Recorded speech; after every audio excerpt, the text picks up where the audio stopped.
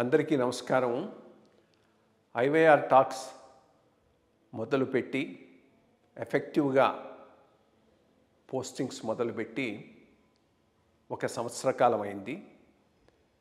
ఈ సంవత్సర కాలంలో సబ్స్క్రైబర్స్ బేసు 3,000 నుంచి 33,000 దాకా పెరిగింది. ఐవైఆర్ టాక్స్ను ఆదరిస్తున్న మీ అందరికీ నా ధన్యవాదాలు. భవిష్యత్తులో కూడా ఇదే రకంగా ఐవైఆర్ టాక్స్ని మీరు ఆదరిస్తారని ఆశిస్తూ ఉన్నాను. Thank you. అందరికీ నమస్కారం.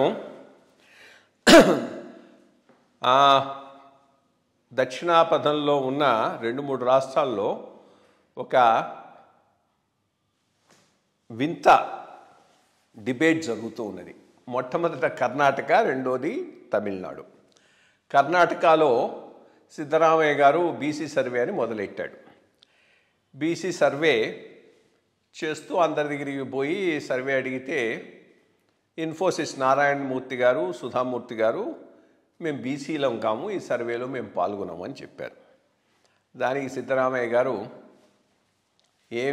వీళ్ళు ఇన్ఫోసిస్ వాళ్ళు ఇన్ఫోసిస్ని ఏర్పాటు చేసినంత మాత్రాన వీళ్ళు ఏమైనా స్పెషలా గ్రేటా అంటూ మొదలెట్టాడు. దానికి కౌంటర్గా కుమారస్వామి గారు అనవసరంగా ఎందుకు గెలుక్కుంటారు, ఇప్పుడు ఆయన ఇన్ఫోసిస్ సంస్థని ఇక్కడి నుంచి తీసి ఇంకో చోట పెడితే నష్టపోయేది మనమే కదా అని అన్నాడు. ఇది ఒక డిబేట్ ఒకటి కర్ణాటకలో నడుస్తూ ఉన్నది. ఇక రెండో డిబేట్ తమిళనాడులో ఇది ఇంకో డిఫరెంట్ డిబేట్. ఏఐడిఎంకే వాళ్ళు స్టాలిన్ను టార్గెట్ చేస్తున్నారు. సుందర పిచ్చే మనవాడై ఉండి, తమిళియన్ అయి ఉండి నువ్వు ఏం చేయగలిగావు? అంత మాత్రం లాబీ చేసి ఈ గూగుల్ డేటా సెంటర్ను వైజాగ్ కాకుండా చెన్నైకి తెచ్చుకోలేకపోయినావా? ఎందుకు నీ ప్రభుత్వం అంటూ వాళ్ళు అన్నారు. ఈ డిబేట్లో మనకు 2 విషయాలు బాగా ముందుకు వస్తున్నాయి.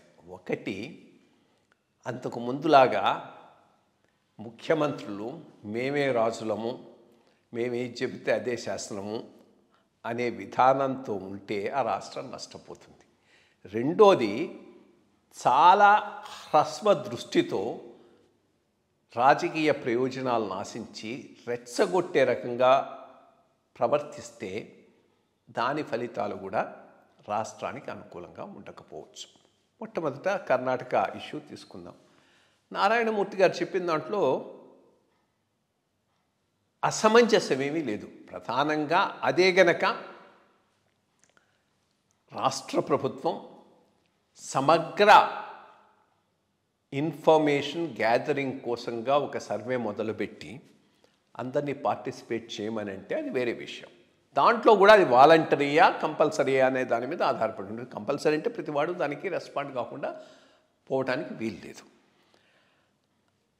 అట్లా కాకుండా కేవలం ఒక వర్గం కోసంగా ఇది చేస్తున్నావని చెబుతూ దానికి అనుగుణంగా నువ్వు ఒక క్వశ్చనర్ను తయారు చేసుకొని దానికి అందరినీ రెస్పాండ్ కమ్మని అంటే నాకు కావాల్సిన అవసరం ఏమున్నది? నేను కాను అని అనేటువంటి రైట్ ప్రతివాడికి ఉన్నది. దాన్ని ఇష్యూ చేయాల్సిన అవసరం ఆ ముఖ్యమంత్రి గారికి లేదు.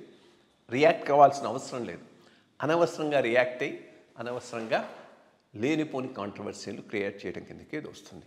నిజంగా కూడా అదో పెద్ద ఈరోజు ఈ ముఖ్యమంత్రులు వీళ్ళ అహంభావాలను కాస్త తగ్గించుకొని రాష్ట్ర అభివృద్ధి కోసం పాటుపడాల్సినటువంటి అవసరం ఎంతైనా ఉన్నది. ఎందుకనంటే ఈరోజు పోటీ అనేది జాతీయం కాదు, పోటీ అనేది అంతర్జాతీయం.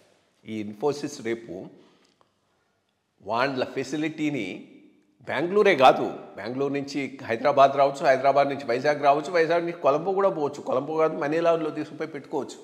రెండోది, మ్యానుఫ్యాక్చరింగ్ ఫెసిలిటీస్ లాగా సర్వీస్ ఫెసిలిటీస్ కావు.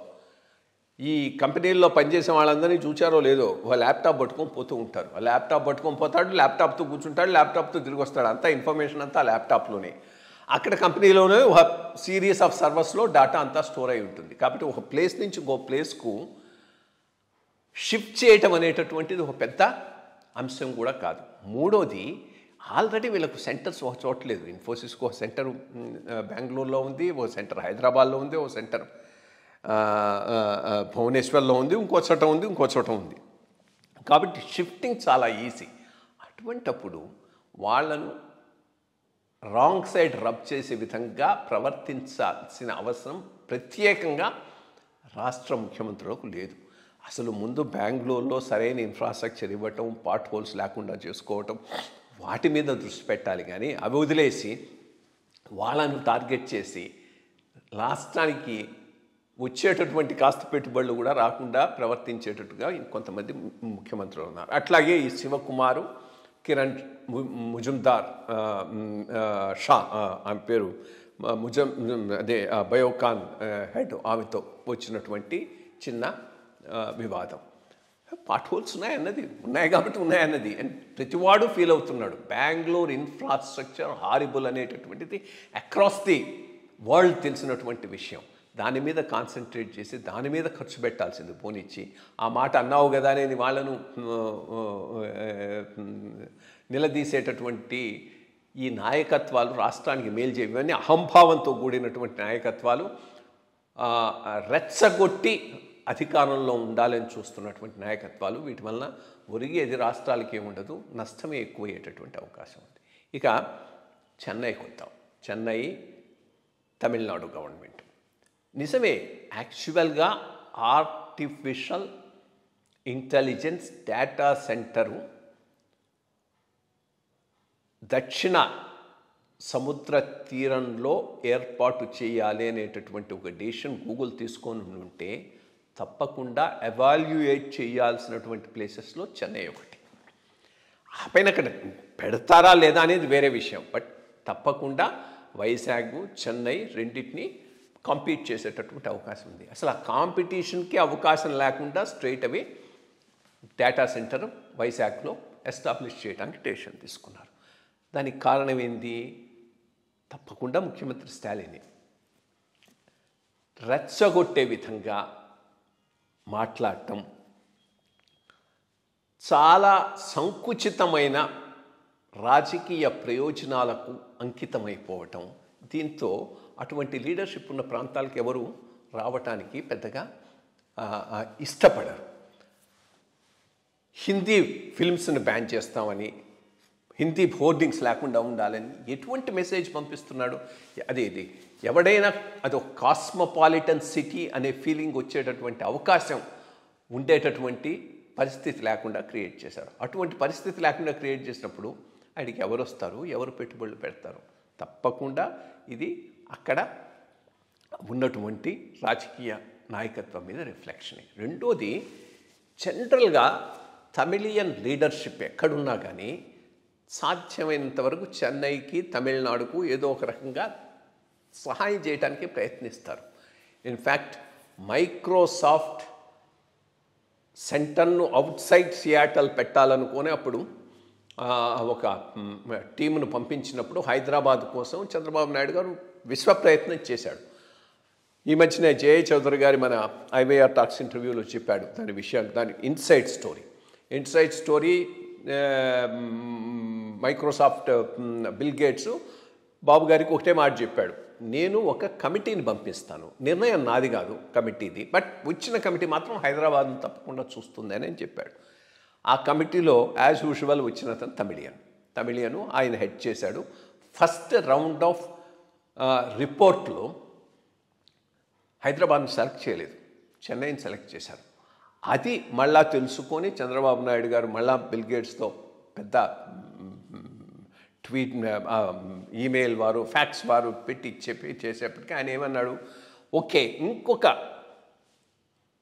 సచ్ టీం పంపిస్తాను, వాళ్ళ డెసిషన్ ఫైనల్, బట్ దీంట్లో నేను మాత్రం ఇంటర్ఫియర్ కానీ ఇతర ఆ మొదట వచ్చినటువంటి సచ్ టీంలో ఉన్న ఆ తమిళియన్ రంగరాజన్ ఏదో ఉంది ఆయన పేరు, ఆయన తీసేసి ఇతరులు ఉండేటటువంటి సచ్ టీంలు పంపించారు. వాళ్ళు హైదరాబాద్ను సెలెక్ట్ చేశారు. అట్లా మనకు హైదరాబాద్ మైక్రోసాఫ్ట్ ఫెసిలిటీ వచ్చింది.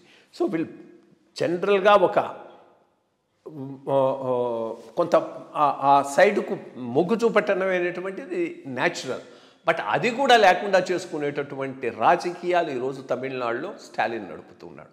సో ఇక్కడ కానీ అక్కడ కానీ ఈరోజు ప్రూవ్ అయింది ఏంటి అంటే, నువ్వు విపరీతమైన అహంభావంతో సంకుచిత తత్వంతో రెచ్చగొట్టే విధానంగా రాజకీయాలు నడుపుతూ ఉంటే చివరకు నష్టపోయేది రాష్ట్ర ప్రజలే. అటువంటి రాజకీయం చేయలేదు కాబట్టి చంద్రబాబు నాయుడు గారు వైజాగ్కు డాటా సెంటర్ తీసుకురాగలిగాడు. అహంభావం ఎప్పుడు రాజకీయ నాయకులకు శోభ ఇవ్వదు. అది లేనప్పుడే పనులు అయ్యేటటువంటి అవకాశం ఉంది.